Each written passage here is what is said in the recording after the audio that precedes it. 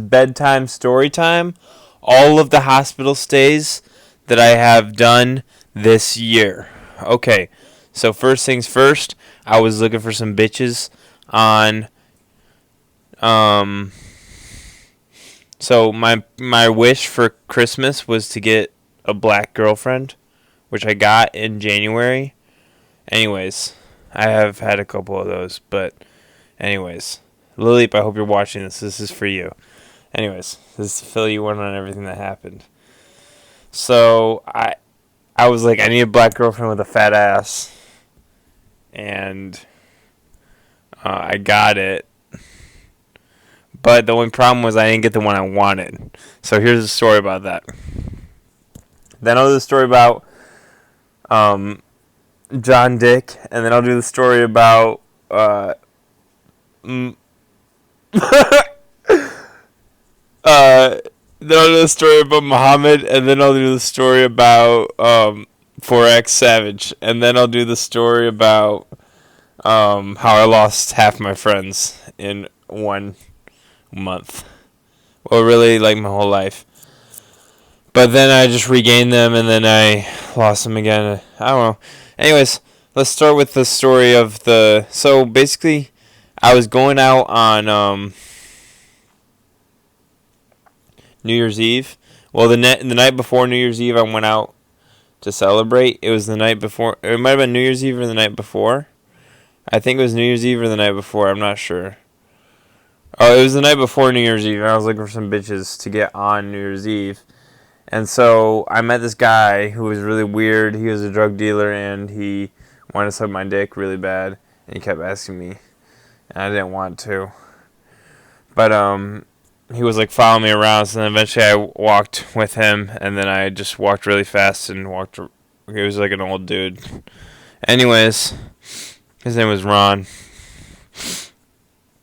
Then the next day I went to my friend Nick Mee's house, and we did crack, and he had a homeless dude at his house, and then I went to my brother Joey's house after that, and I started saying the N-word a lot, and he got really worried about me, so he sent me to the hospital, where I immediately stopped saying it once I got to the hospital, because I was like, oh shit, I'm in real life again, I can't get fucking caught up.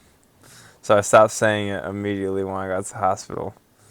And then I was on crack, and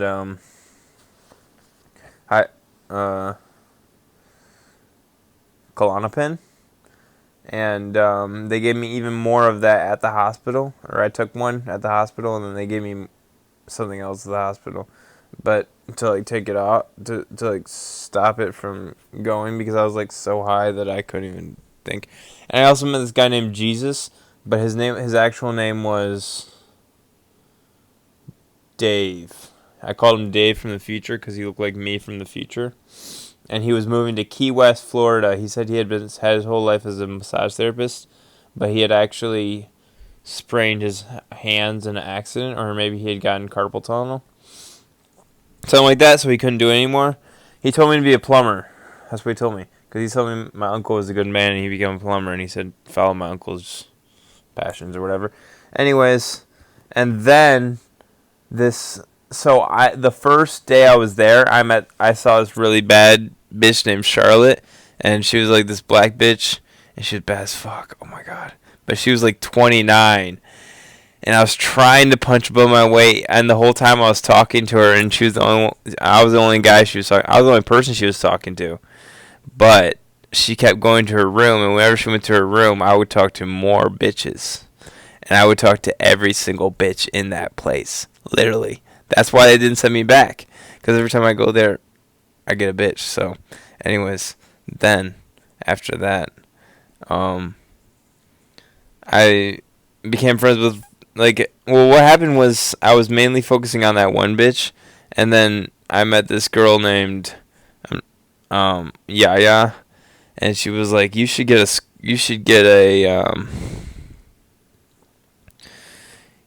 posse, or not a posse, but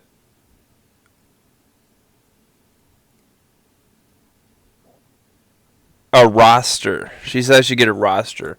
She says hotter when you have a roster. So that's when I started talking to every girl there. And then I started getting all their numbers and giving my number to them. And I got a bunch of their numbers. Even a crackhead bitch said she would give me meth. And anyways, after that, I got home and I texted Yaya and Crash Nerve. Those are the two people I got their snaps from that place that I actually fucked with heavily, and I talked to them a lot. I'd been singing a lot of songs with the Crash Nerve. Anyways, then I ended up dating Yaya for a month, and it was the worst relationship I'd ever been in. It was torture. I mean, no relationship I've ever been in was that good, but it was her first relationship, and it was torture. But anyway, if you're watching this, shout out Yaya. She didn't know anything about relationships. She was like, you can't smoke weed, but I can, but you can't, but I can. She kept switching back. And then eventually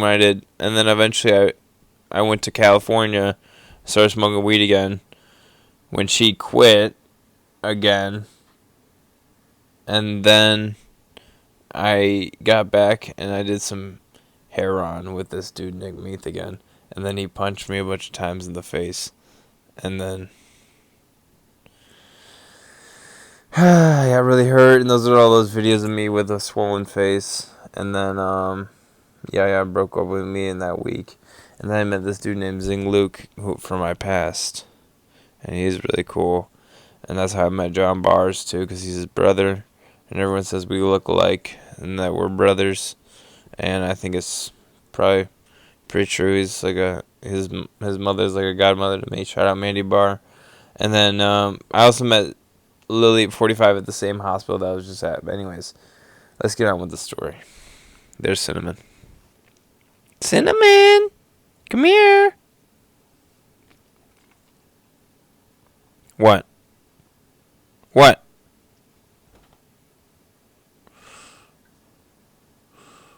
Huh?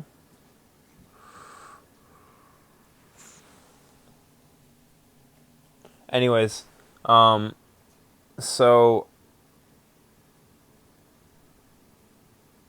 then after that happened, I was smoking so much weed with Zing Luke that I had to go to the hospital again.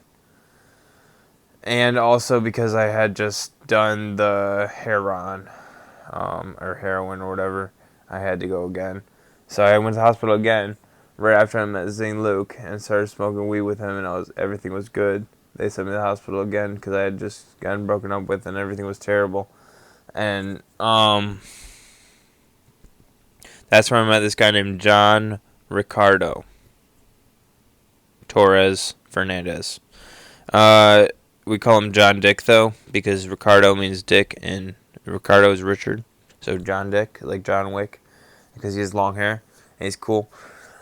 And this is also where I met 4X Savage, and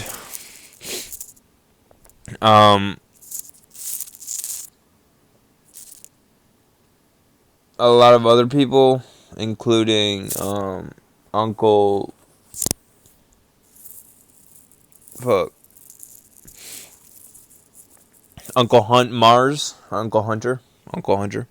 He's cool. He's like an uncle to me, even though he's like 26. I'm about to work for him in the winter or something. I don't know when I'm going to work for him once he makes his business.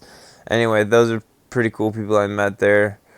I made a song with 4X Savage. We're going to hang out and make another song pretty soon when I get gassed again. Shout out 4X Savage if you're watching this. We're going to make a song together, bro. And then that's also where I met John Dick. He sent me a lot of money. I ended up sending him a lot of money back. So, yeah.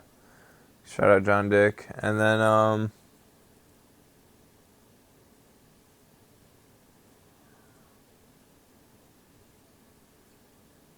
okay, and then after I got back from there, I was like on Buspar. They put me on Buspar, and that shit was terrible. That shit had me cracked out.